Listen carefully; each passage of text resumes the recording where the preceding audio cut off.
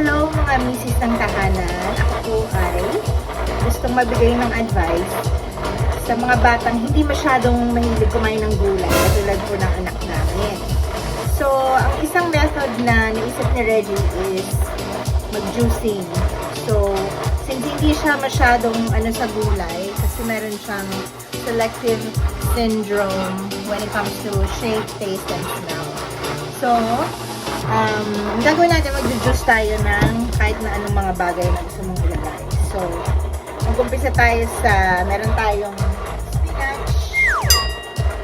Ay, tumula. Meron tayong kale, meron tayong carrots, at saka apple. Konting apple lang kasi sugar yon. So, ngayon, sisimulan na natin ang juicing process.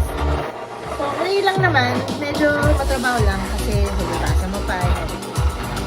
So, doesn't matter kung anong gusto mong gawin. So, try natin yung apple. Apple. Sala. So, apple. So, ikaw naman, pwede ka rin naman maglagay ng kahit na anong gulay na gusto mo. Kung gusto mo lang. Para lang, para lang matikman niya lahat ng kahit na anong gusto mo. Pero I promise you, ang sarap din talaga nitong shake-shake na to. Diba? So, yan. Hintay natin ng carrot.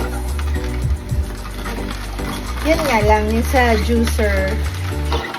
Kahit ano namang juicer yata po pwede. Huwag ka ng choosy. Kasi, choosy na yung anak mo, choosy ka pa, wala nang mangyayari sa buhay. So, yan. So, nilalabas niya yung juices. Kasi juicer nga, usually ganun, diba?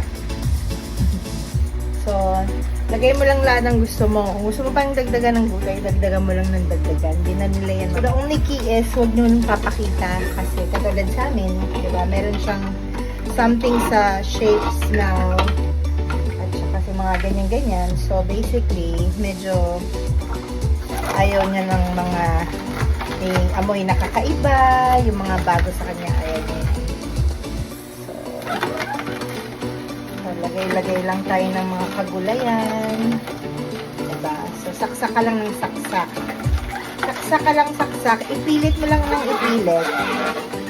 Kasi, balang araw, tatanggapin rin niya yun. Pero minsan, hindi rin magandang masyadong sinasaksak mo at pinipilit mo. Diba? Siyempre, kailangan tsempuhan mo rin kung tama ba yung timing mo. Diba? Kasi pagka sinaksak mo ng sinaksak, tapos hindi pa pwede. Lahat ng hindi pwede, parang hindi siya masarap. So, kailangan, tibayan mo lang mo, pwede ka magpasensya, baka eventually, pwede na. Diba? Pero kung hindi talaga pwede, ay masyadong pipilit. So, siguro may panahon talaga. It's all about timing. So, yan. Nilalagay ko naman yung spinach. So, spinach naman tayo. Yan. Sasaksak ko lang ganun. Medyo makalat kasi itong spinach na to. Single liit, diba? Sige. Tapos i-push mo lang ng i-push. Kailangan pag pinupush mo, hanggang sa matutuluyan na siyang bababa. So, kailangan i-push mo lang siyang ganyan. Diba? Push ka lang ng push. Kasi eventually, mag-go through din. Mahirap yung hindi mo pinupush eh. Kasi minsan, baka pagsisihan mo na hindi mo siya pinush. Diba? Na sana, na-juice siya, pero dahil sa hindi mo siya pinush, hindi siya na-juice. Parang buhay lang yan. Minsan sa buhay, ayaw mo nang masyadong pushy, diba?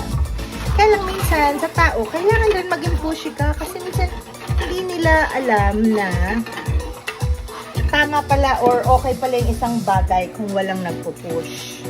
Diba? So, sa buhay, push lang ng push. Hanggang sa makuha mo yung gusto mo.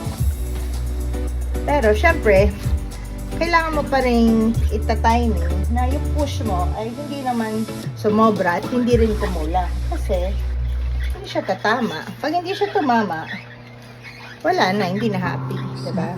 So, pag pinush mo, kailangan dibdibin mong ganon. Kailangan mula sa puso.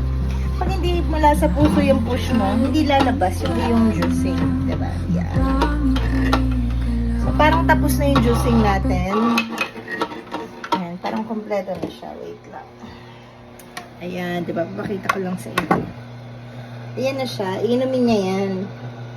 Pero kailangan natin niyang salain pagka meron siyang mga maliliit na bagay, medyo na hindi sang-ayon sa kanilang panlasa. So, medyo isi-strainer mo pa yan para maging syala. Tapos, simple lang naman. Lagyan mo ng straw at saka lagay mo sa parang shake na ganyan. O, diba?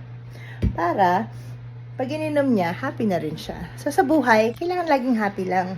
Kasi pag hindi ka happy sa isang bagay, it will follow through na hindi na lang maging happy. So, kailangan titignan mo rin na tama ba yung ginagawa mo. Diba? O, sige.